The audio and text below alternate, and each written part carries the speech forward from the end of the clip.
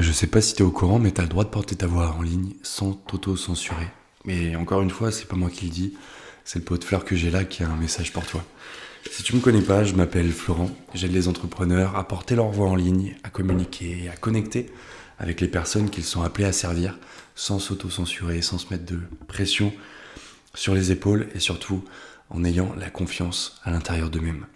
Et il y a un truc qui est, à mon sens, mal compris sur la confiance en soi, lorsqu'il est question de porter ce que tu as, de dire ce que tu as à l'intérieur de toi, c'est le fait que cette confiance, elle va pas venir de l'extérieur avec des certifications, des formations. Bien sûr, ça va t'aider. Bien sûr que c'est mieux si tu en as pour pouvoir accompagner les personnes que tu vas être amené à servir.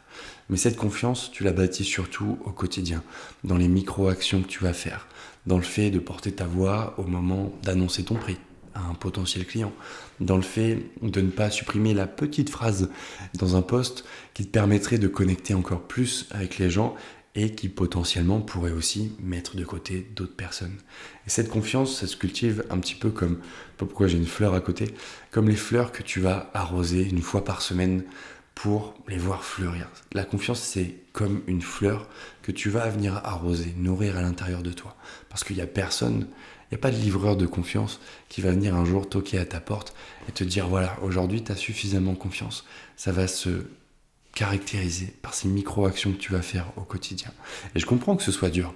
Je comprends que ce soit dur de prendre la parole, de porter ta voix lorsque bien souvent tu as peut-être été dans des situations où le fait de ne rien dire t'a apporté plus de sécurité que le fait de porter ta voix.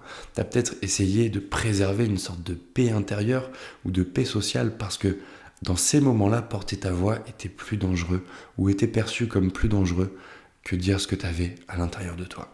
Mais aujourd'hui, il y a des personnes qui attendent que tu dises ce que tu as à l'intérieur de toi. Il y a des personnes qui attendent que tu dises cette phrase, que tu utilises ce mot pour pouvoir rentrer en contact avec toi, se sentir plus proche de toi et surtout collaborer avec toi.